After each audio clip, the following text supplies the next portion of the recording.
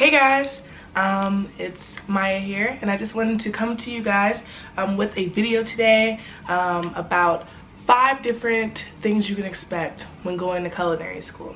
If you guys didn't know, I did go to culinary school and I graduated from it, and I'm now in my bachelor's program for food service management.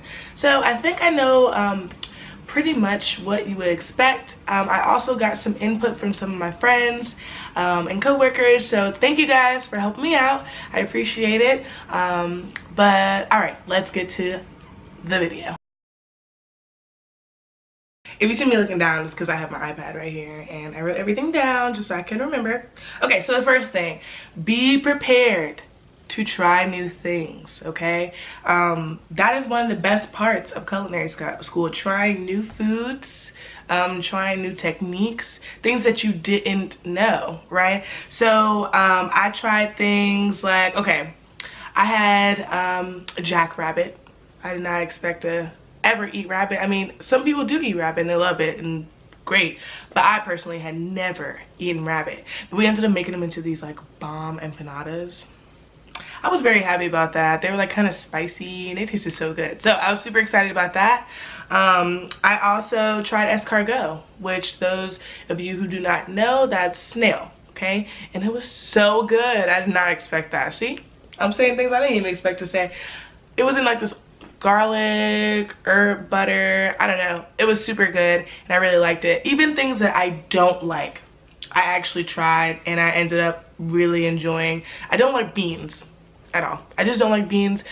Baked beans are the only exception. I do like baked beans a lot, but I had to make soup in my soups classes and my soup was lentil soup and I was like, oh god, I'm not gonna like this, but I ended up really liking it. It was smooth, and the reason why I don't like beans is like a texture thing for me. So like the fact that it was nice and smooth and tasty, I was like, man, all right, I can do this. Now every other bean, it didn't grow on me or anything, but that soup was really good and I was happy that I got a chance to try it and make something new. Now there were some things that I tried that honestly weren't that great, but it wasn't something that was meant to be eaten by itself. It was fumet, which is basically a fish stock, and it's made from like the bones of fish and just basically water, and we had to try it before it was seasoned or anything. Oh my god, like it was not my favorite thing at all, but I have used fumet after it was seasoned inside of soups and things like that, and so it was good to know that I could use it for something else and that it was just a base for something.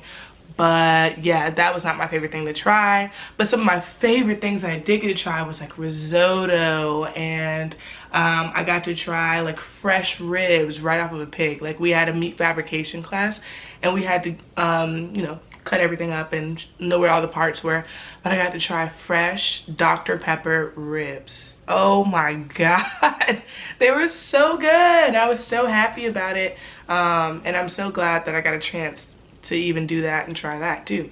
Basically, be prepared to expand your palate.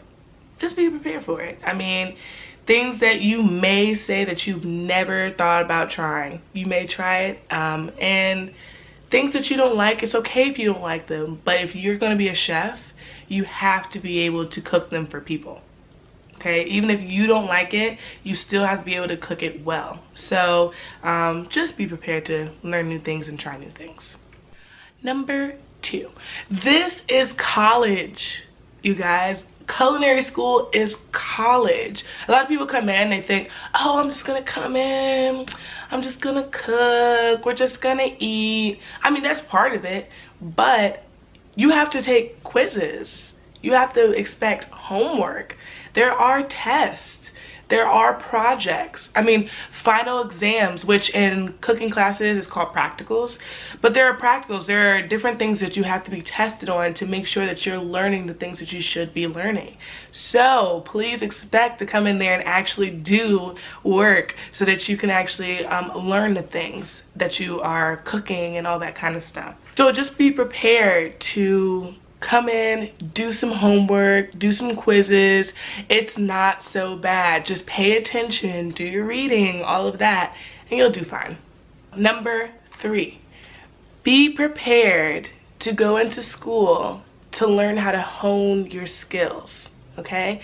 You don't go in day one learning how to like do amazing dishes that we see on Food Network and just like cooking shows and magazines. You don't get to learn that kind of stuff automatically, okay? When you first come in, you need to learn your safety and sanitation. That's number one, okay? That's super important. You also have to learn how to even hold a knife. It's funny, it's really funny, because I do teach cooking classes now, like they're called casual gourmet classes, but I teach those cooking classes to the public. And it's so funny to see how many people don't even know how to hold a knife properly so that you don't hurt yourself and that it's comfortable for you. And it can be dangerous for yourself if you don't know how to hold a knife, or you don't know how to walk around with a knife, or how to be vocal when you do have a knife in your hand. So we teach those things first, okay? We learn all the different knife cuts. You also have to go through your stocks and your soups. And you need to learn about your mother sauces, okay? Beth VD, let me ask you. So do you know bechamel, espagnole, tomato you probably know, hollandaise, velouté, demi-glace? Do you know any of the other ones other than tomato that I told you about just now? Or even how to make a proper tomato sauce? Probably not. But that's okay, and that's why we go to culinary school, and that's why we learn those type of things. And there's so much verbiage that you probably have never heard that you actually get to learn in culinary school. And honestly, it's pretty awesome to me that we basically have our own language of talking. It's pretty cool. It is actually pretty awesome. But what you need to remember is, although the beginning classes may not be as exciting, they are your foundation. And you need your foundation. Just like a house needs its foundation, you need to have those skills that set you up so that you can learn from that and use those as building blocks to go up and learn more and be able to do more in your career. Number 4. Okay, so you need to make sure that you are not afraid to fail. That was one that was very hard for me, because I don't like failing. I don't like doing wrong. I mean, not wrong, or I just don't like doing bad. I want to do well. I always strive to do well.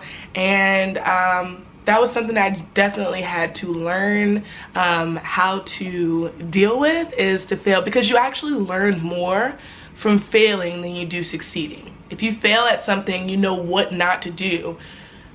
When you succeed at it, I mean, you just try it once, you're like, oh, I did it, I got it right, I'm done. So definitely do that and learn how to take criticism. That is very hard for me. Well, it was. I'm getting better. There's always room for improvement, right?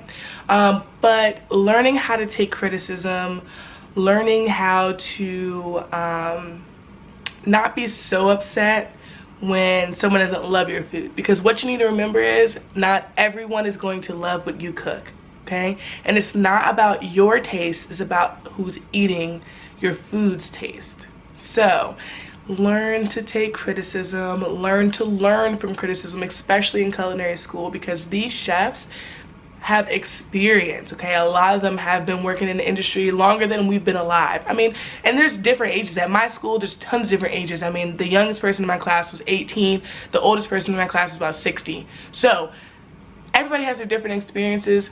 Everybody has their different flavor profiles. Everybody has a different taste. So just be able to learn from your mistakes, learn to take criticism, and you'll do fine. And number 5, okay? It is okay not to know what you want to do or who you want to be as soon as you finish your degree. I personally came into school and it was like, I think I had 20 people in my class, and they were like, what do you guys want to do? And almost every single one of us was like, I want to open up my own restaurant. And as I went through the program, I realized I don't really want to do that. I want to do something different. There are different things that you can do.